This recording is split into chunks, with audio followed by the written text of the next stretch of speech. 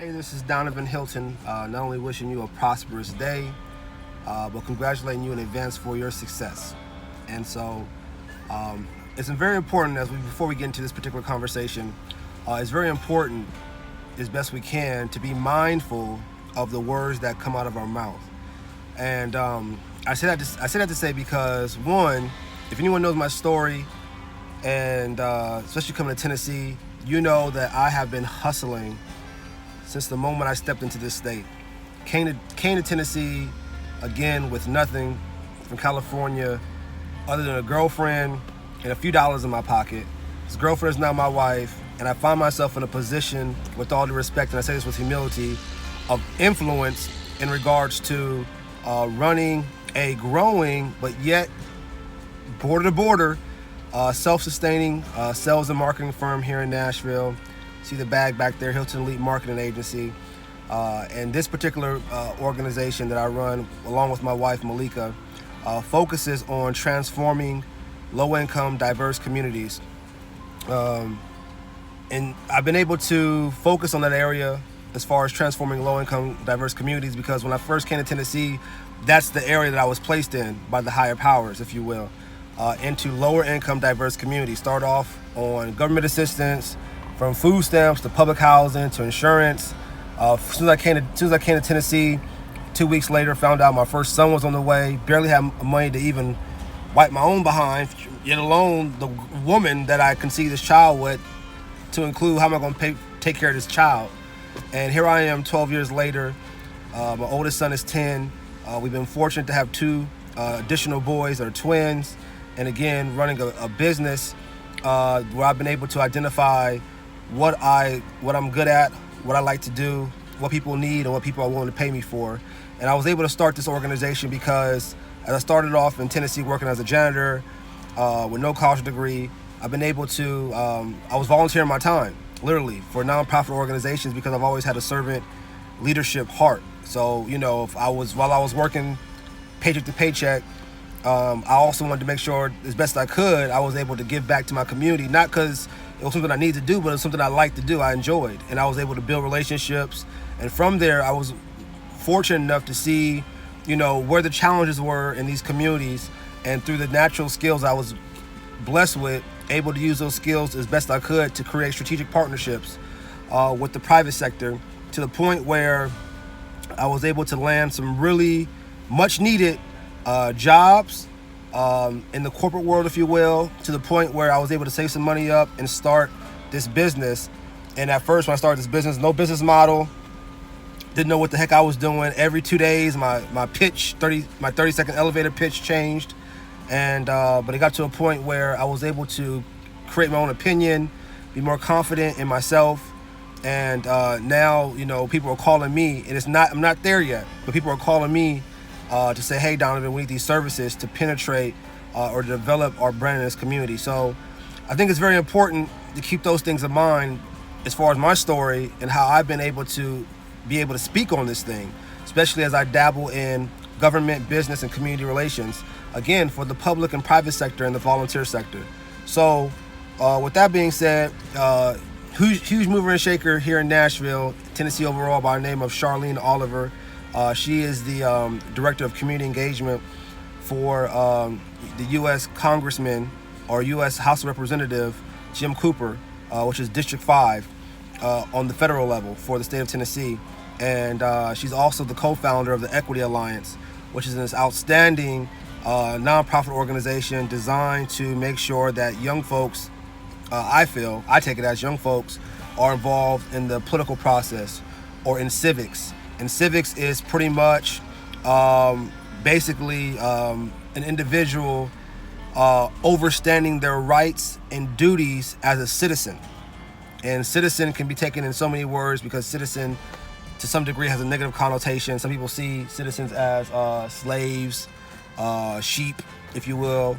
I'm not going to go there, but, I hear it all. And so with that being said, Charlene, I call her Charlene, but her spelling looks like Charlene.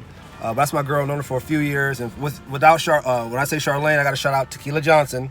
They roll hand in hand, and huge movers and shakers African American women definitely going against the grain, challenging the status quo and the norm, and doing an outstanding job in that. I have to give them that. So Charlene, I'm gonna call her Charlene. It's my girl. Let me know, Charlene, if I mispronounce it. My name is Danavan, so I get Danavan all the time, but I pronounce my name Danavan, so I can understand where Charlene's coming from. She posted an article that said competition is dying and taking capitalism with it. Competition is dying and taking capitalism with it. I'm going to make sure that I post that link, and that's a bad habit. I'm always watching my back. I have trust issues. I'm going to post that link, and she busted out this article, and I wanted to support her on this article because, especially someone that's speaking for diverse communities, in particular, with all due respect, the African diaspora community. When I work with the Hispanic community, the Asian community, the Indian community, but in this particular case, I feel that the African diaspora community needs to really grasp what is going on around here.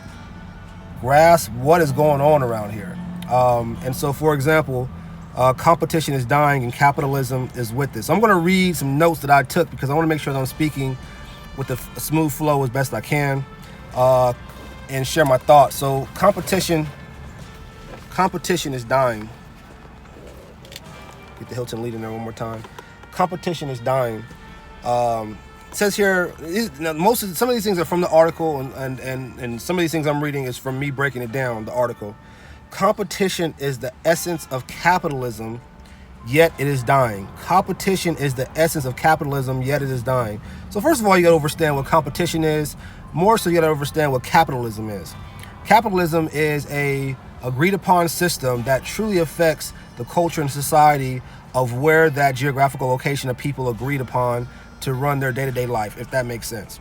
And so it's saying that capitalism is competition. And I'll repeat that sentence again. Competition is the essence of capitalism, yet it is dying. So first of all, it also states that we need a revolution to cast off monopolies and restore entrepreneurial freedom.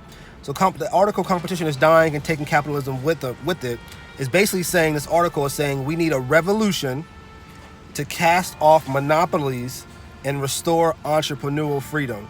Now we have to understand, in this great country, this great geographical location, capitalism is what makes the world go round. And I believe what this article is going, or where it's going, is saying that through capitalism, monopolies have been created and has challenged the entrepreneurial system. And so let's get deeper into this. Before we get into this, I want to make sure we understand what competition is. Competition is the activity or condition of competing. Competition is the activity or the action, competition is the activity or condition of competing. Competing is to strive or gain. Competing is to strive to gain or win something by defeating or establishing superiority over others. Competing is to strive to gain or win something by defeating or establishing superiority over others. So, for example, the statement or the title of the article, "Competition is Dying and Taking Capitalism with It," is basically saying that competition, which is to strive or gain to win something by defeating or establishing superiority over something, has gotten to a point where it's almost survival of the fittest. And in capitalism, the fittest are the ones that understand the input, process, and output of how money works. The input, process, and output of how the regulations legally of money works, and the input, process, and output of how regulations of money illegally works. And so, keeping those things in mind, competition, again, is the activity or condition of competing, and competing is to strive to gain or win something by defeating or establishing superiority over others. So if you are in the game of entrepreneurship, with all due respect, competition or capitalism is designed for you to compete and to gain something over the next person. Why would this be a positive thing or a pro? It's because capitalism in this particular system, is how it's explained, is basically saying the most fit survive.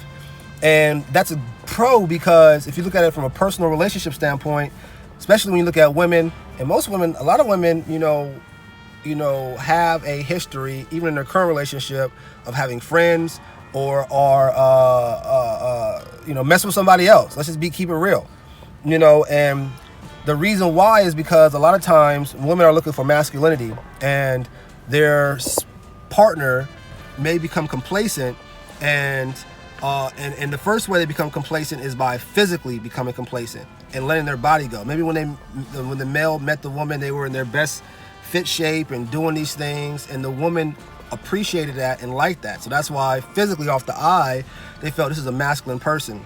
And then 9 times out of 10, that masculine person was doing something where they were walking in their purpose, starting their own business, or doing something in the community, volunteering, or just doing something where the woman felt the masculine presence. And what happens is when the masculine presence with that woman, the longer it goes, the more complacent the man gets, and the man expects the woman to still stick around and be there because the man is doing things by the book. But a lot of times women are constantly, every day, I ran for city council in a city, and my campaign slogan when I ran was, "It's a new day." What does that mean? It means that we have to understand that today is great, but once tomorrow hits and it's it's the next day, we can't live off of the past. Just can't do it. In nature, natural survival of the fittest, because the antelope made it yesterday, it can't say, "Oh, because I made it yesterday, I get grace, I get leeway." No, it's a whole new day, and you got to come as strong as you did yesterday if you want to have life, if you want to survive. And so a lot of times men become complacent, go through the motions, they end up getting married, and because they're doing what they're supposed to do on document, they feel like their woman owes them something. And 9 times out of 10, the woman is always looking for masculinity. I speak through experience, so keep that in mind. I'm not pointing fingers out, but women are always looking for masculinity. And so if you as a person, as a male, are going through the motions, 9 times out of 10, your woman is looking at somebody else, thinking about somebody else, talking to somebody else, and or physically active with somebody else. And it's not because they feel like they don't love or trust you, it's because they've lost that masculine presence that you gave to them, and now they're under the illusion, because they don't do it on purpose, they're under the illusion that someone else that they're dealing with or walked up to them is masculine and walking in their purpose, both physically, emotionally, spiritually, and financially. A lot of times those things are illusions, but because when you are partnered with somebody, it was supposed to be a spiritual connection, and they're under the illusion of this person doesn't care about me, and now this person's stepping to me and they're taking time out to get to know me and they care about me and yada yada yada, and they're under the illusion that this relationship is real. And so for the record, Malika just walked in, and so you got to be transparent, you got to be open to communication. I'll put my seatbelt on real quick. We're on the move. I'm taking it easy today, y'all. I'm tired, physically, mentally, emotionally. I've put in a lot of work since coming to this state 12 years ago, and I'm hustling, y'all, for real. I'm hustling, and each day I wake up, I give appreciation because our daily bread comes. Here I am now, not only with myself and this woman, but now we have 3 children and a dog, that we're taking care of, and it's tiring. But at the same time, I feel this message. You can roll, Malika. Hold on, y'all. I thought you took it out on purpose. I probably did. There it is. Yeah. Okay. I took the keys out the car just in case people saw me complacent and they thought I was slipping. They saw no keys in the ignition. They couldn't try to do nothing. You got to know how to play this game. You like in basketball, and the ball goes in the air for somebody shoots the ball, and you want to get the rebound. Once the ball is in the air, it's all about positioning. You never want to put yourself in a position where you are at the highest risk. So I took the keys out the car, and I forgot I was doing this. I forgot that the keys were out the car. Malika was trying to roll, and we couldn't find the keys. But anyway, back to this conversation. And then again, we're talking about this article, but we have to understand competition. We have to understand competition. So, with that being said, competition is the essence of capitalism, yet it is dying. Competition, or masculinity, or survival of the fittest in nature, is the essence of survival, and most relationships don't last because it dies. The competition is gone. Again, where I was going with that, most men, because they feel like their woman is down for them, end up going and becoming complacent. And I'm telling you, your woman is not guaranteed to be with you. They're going to look for masculine energy, what they think is masculine energy, and they're going to end up making a decision where, you know, they're going to make the best choice for them. What that's supposed to do in competition is saying, I know who I am, I know my worth, and I for dang sure ain't gonna let nobody out compete me. And therefore, with competition, it makes the other individuals step their game up. Maybe out of fear, or maybe because they realize, you know, life's not given to you. And so what competition does is designed to boost each other up. And overall, in its essence, it makes the environment better, because now imagine if you're on a championship football team.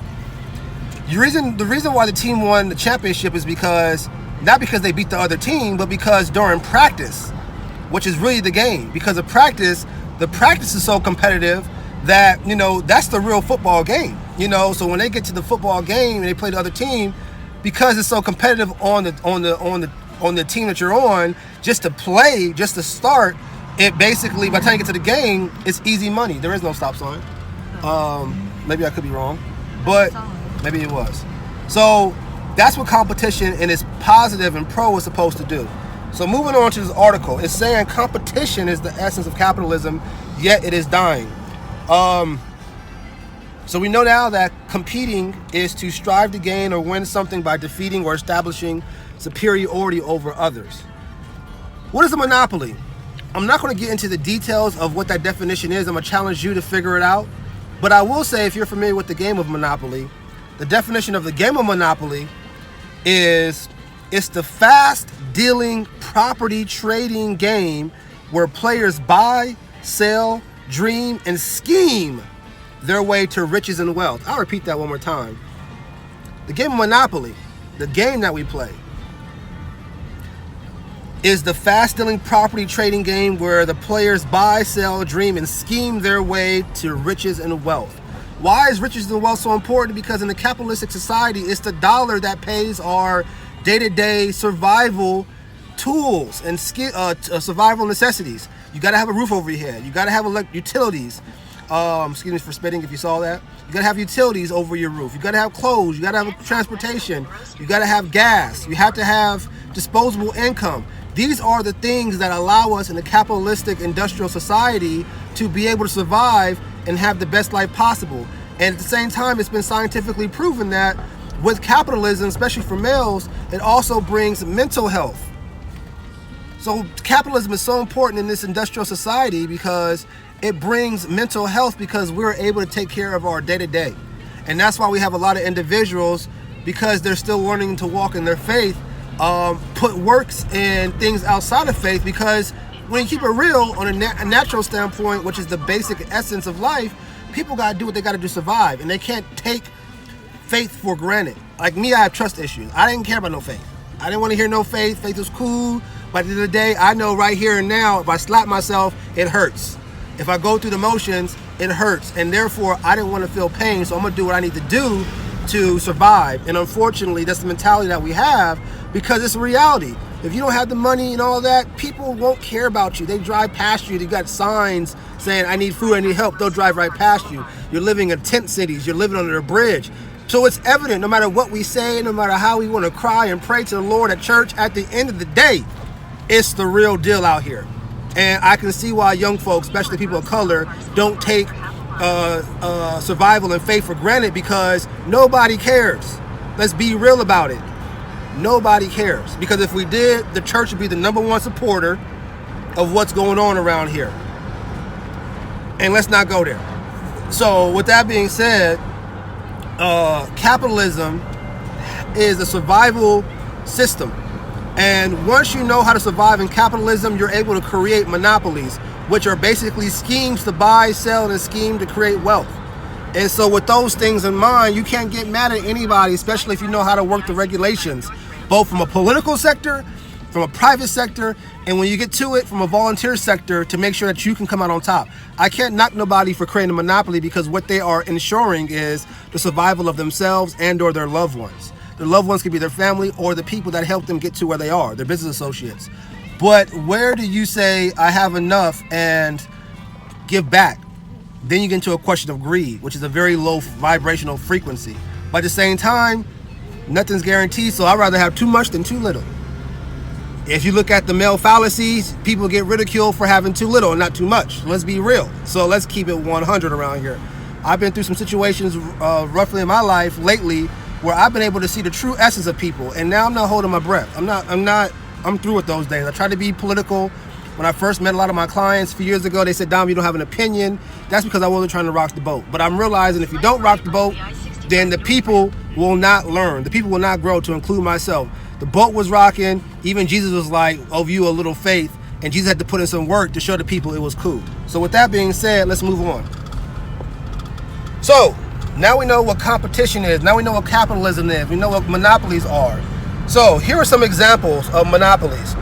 2 corporations that control 90% of the beer Americans drink. 2 corporations that control 90% of the beer American drinks. 2 corporations that control 90% or 90 cents of every dollar that comes in. 2 corporations. I'm not knocking their hustle. Either you step your game up, we make a change to the system, or you just sit to the side and be quiet. That's all you can do. Okay? Another form of monopolies is 5 banks that control half of the nation's banking assets. Assets are resources that make money for you without you having to do a dang on thing. So 5 banks that control over 50% of the nation's banking assets. The nation's banking assets. And when it comes to finance, it's the bank that basically produces the wealth of the company. So when the bank is has assets and it's controlled by 5 of the banks, over 50% of those markets, you know you need to step your game up. Many states have health insurance markets where the top 2 insurers have an 80% to 90% market share. For example, in Alabama, one company, Blue Cross Blue Shield, has an 84% market share, and in Hawaii, it has a 65% market share. I'm not upset with nobody. At the end of the day, it is what it is. If you can't handle it because you're not taking advantage of this information age, which is free information, before they try to tax you and charge you to go on the internet, that's on its way, and you're not taking advantage of this stuff, if you're not going to thrift stores to get these 99-cent books, $2 books that are out here, that's on you. At the end of the day, on you. Let's keep it moving. When it comes to high-speed, when it comes to high-speed internet access, almost all markets are local monopolies. Over 75% of households have no choice with only one provider. That's a challenge, but at the same time, I'm not knocking anyone's hustle that's able to become innovative in the industries and the markets that they serve. That's what capitalism is all about. Capitalism is being an organization, becoming innovative, and taking your game to the next level to where you can create a monopoly, and so therefore, competition is dying. The true players, the true hustlers are going to say, how do I control my market? How do I control my industry? And more importantly, how do I shut it down? Where it all goes through me. There's some pros and cons to that. But again, don't get upset. Oh man, no, you just step your game up. Because it's a dog-eat-dog world out here. And why do I say that? Because if we took industrialization out of the picture, we're back in nature. We're back in survival of the fittest in both physicality and mind. So let's not take away from the essence of how this place was created. Now it's our choice and our decision as human beings to become civilized. That's a work that we have to do every day. It's our choice to become married and a team. That's work. But at the end of the day, our nature is to stick and move on both sides. I'm keeping it 100. So with that being said, Amazon is crushing retailers and faces conflicts of interest as both the dominant e-commerce seller and the leading online platform for third-party sellers. Amazon. That's all I'm hearing. But you can't get mad of them for taking over the game, and if they know how to work their resources to include the dollars to change regulations, what can you say? What can you do? This way. Your elected officials talk a very good game. Oh, I'm for the people. But look at the facts, look at the results, not just now, but of all time. People, come on. So what are we talking about here? You still running around mad because this individual is not giving you what you want? This individual as an elected official is trying to survive. So what makes you think that you deserve, oh, well, we voted. At the end of the day, this is natural survival. This is nature, y'all. excuse me for being passionate, but we need to get around and stop talking about the mundane and let's talk facts. Y'all, come on. And this is why you have a community that is the top 15 in spending as far as a community worldwide, but our consumers at the lowest of levels. Because we're still talking and not putting our money where it's supposed to be, whereas you can see good, right, wrong, bad, or indifferent, people and communities and industries and institutions are putting their money where it's supposed to be. So don't get mad at the individual, African diaspora individual who recognizes the game and says, I'm not going to go through these motions. But you mad because you want to do everything by the book, which is great, but you are not doing it the right way when it comes to competing capitalism. You're still not getting it. So when we're talking about capitalism, competition is dying and taking capitalism with it, because that's part of the evolution process. We're in the 21st century. We've mastered as a people how capitalism works. We're now in super capitalism mode, where we can say we don't want to just take over our business or take over an industry. We're taking over the whole market. That's how much we've evolved, because our minds are so smart and so logically binary processed as living computers. We learn and we grow. That's what we do. So I'm not even gonna go through this whole thing because I've already on 26 minutes and we haven't even got into it. So I'm just gonna just skip a lot of this stuff because I had a whole lot more for you. Now in the article, I believe it says the federal government has done little to prevent this concentration. Oh, I just had talked about that. Again, I'm not knocking any of our elected officials at all. I wish peace and blessings on everybody. I'm talking to the consumers, the citizens, the people, the constituents who need to step their game out and stop expecting people that you feel are in positions of power to do something for you. It doesn't work. If your parents ain't doing nothing for you while you young or while you living, for dang sure ain't nobody else gonna do it for you, because the only people that has your back supposedly is your parents, your grandparents, and or your family, because the self-interest of your bloodline flowing through you. It's all self-interest. So with that being said, it's telling you in this article, the federal government has done little to prevent this concentration and in fact has done much to encourage it. Broken markets create broken politics. Economic and political power is becoming concentrated in the hands of distant monopolies. Wake up, people. Stay woke and all this other crap, but we're not keeping it real. And more importantly, we're not putting the work behind the faith. Come on. For dang sure, in the community, the African diaspora community, we talk a good game, but when it comes down to it, we don't support each other. We start these organizations, we go hard for 6 months or less. We don't put money into the organization ourselves, but we demanding and asking the government and the private sector to put money in. I've been in many community organizations where I've led or been a part of. I said, where each meeting that we have, y'all, we should put money in the pot. I've experienced, and shout out to the National North by Northeast. I'm gonna throw out some names. National North by Northeast United. They are truly for the community, but what they do, they have a very good model. There's no expectancy as far as dollars, but every time they have a community meeting, they just have a simple hat and they pass it around. And they say, hey, we're at this meeting, whatever you feel you can donate while at this meeting, just put in a hat. They could be 50 cents, 1 penny, whatever you have. But by the end of the meeting, they're usually touching about $500, and by the end of the year, they've raised about $25,000, and it goes to good causes. And so I'll go to my own community and say, hey, let's put some money in the hat when we meet for 2 hours. Time is a commodity. And we can't even put a freaking dollar in the hat when we meet. So that way we can, by the time we end up finish meeting, by the time we end up meeting, we've raised $10 per meeting. We meet once a month. So that's $1,200, that's $120 that we've raised. We can't even do that. I'm not talking, I'm not speculating, but I'm saying, I'm just exercising you to challenge your mind. Come on, y'all. I'm talking to myself too. But this is how I've been able to put myself in a position of where I am with little to no resources and finance, because I see how it works. I watch those that are in positions, find out what they did, and look at people that are currently in their positions, find out what they're doing, and emulate it and use innovation. Innovation is going through the system that's been created, but putting your own spin that's been gifted to you on it. But instead of you going through the motions to put your own spin on it, you don't even want to go through the motions. You alone put your own spin on it. Keeping it moving. Left to their own devices, firms will use any available means to crush their rivals. Today, the state as referee has not enforced rules that would increase competition, and through regulatory capture has created rules that limit competition. Now again, this is all part of the article. I'm not speaking my mind in this regard. I'm just backing a huge mover and shaker in Charlene as far as the article she put out, and I'm looking at all these impressions in regards to lights, mad, angry, wow, sad, or whatever.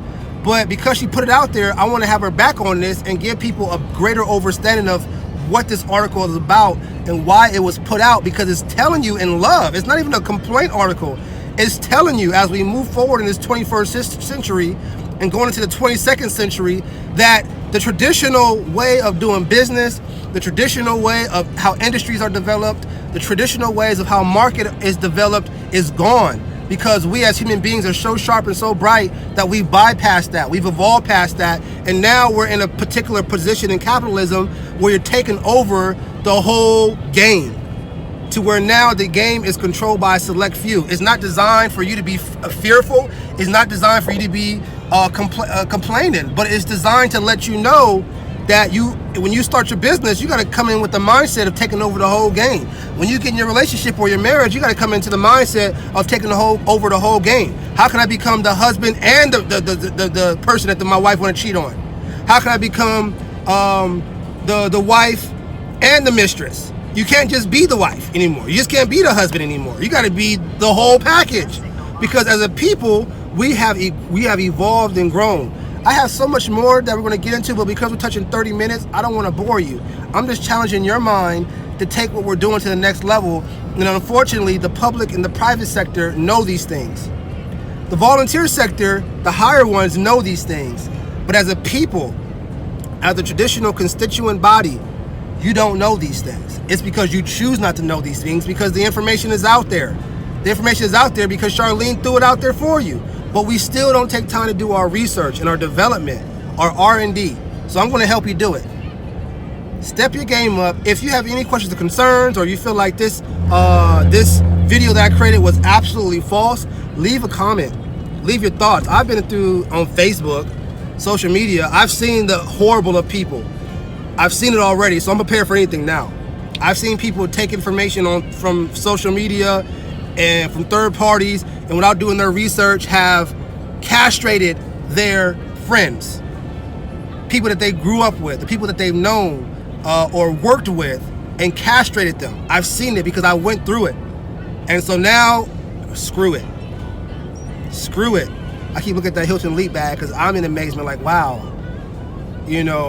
started with nothing, and here I am taking disposable income from my profits to create a bag with my logo on it. That's amazing. And so I'm saying these things out of love. Spare the child, spare the rod, spoil the child. And so I say these things not out of oh, you guys no, we all got to step our game up, including me. And when you step your game up, step it up all the way, or don't come in here, because this game is real, y'all. This game is real, and those that talk, that's all they doing is talking. That's all they're doing. That's all they're ever going to do. I'm making that statement because I'm challenging you to stop being a talker and be a producer. Stop being a consumer and be a producer. I'm challenging you as I'm challenging myself every day. I'm the most self-critical person on myself, the most judgmental on myself, because that's just who I am as a natural person. But at the same time, it's challenged me to make sure that I'm doing what I can each day to give my best. For that reason, I know my wife really receives a lot of unnecessary energy from me. My children receive a lot of unnecessary energy from me, but that's just my nature. And again, y'all, it all starts from the first level, which is nature. But then once you get out of nature, you have other levels. You have nature, and then you have, pay attention where you're going, please, for getting car accident. You have nature, but then outside of nature, once that evolves, you have civilization. And then once civilization comes, then you can get into your spiritual game. Because I forgot this book, or this quote was saying that people that are able to meditate, people that are able to mentally progress, are people that are usually in a environmentally friendly place, either through natural abundant resources or through high capitalism, because they have time to sit back and relax. Because in survival mode in nature, you don't have time to sit back and relax. So, it's nature, It's civilization, and then you have the spiritual planes. In that particular regard, you have reality, virtual reality, and then you get into I don't want to say super reality, but it's deeper than this, y'all. I'm not giving y'all all the insights. I want to challenge y'all to open a book, to get on the internet while you can, because when it goes down and all this information is lost, it's the ones that have the information and the physical strength that's going to take this game over. Which one are you? I say this in love. If you feel this message was of value to you in any way, click the link below or go to the link www.cash.me/$E1 Connect. Click the link because I'm a self-sustaining businessman, and I'm going to repeat that. Malik and I went from employees to self-employed. We're now self-employed, but we're raising our status and our dollars to become business owners, and that's where you go from self-employed doing all the work to business owners, where you're able to make your money work for you and create human capital, your most valuable resource, which is take your money and pay people to do your work. Now you're a business owner and you're able to go and create new business or invest in other things. So you go employee, self-employed to business, and eventually you go into an investor, where you're now able to take the money that you're making from your businesses that you're just a board member of, not doing a dang on thing, and taking that additional income and putting it into other businesses. That's how you create monopolies for yourself, first of all. So, employed, self-employed, a business owner, then an investor. Now you monopolize yourself.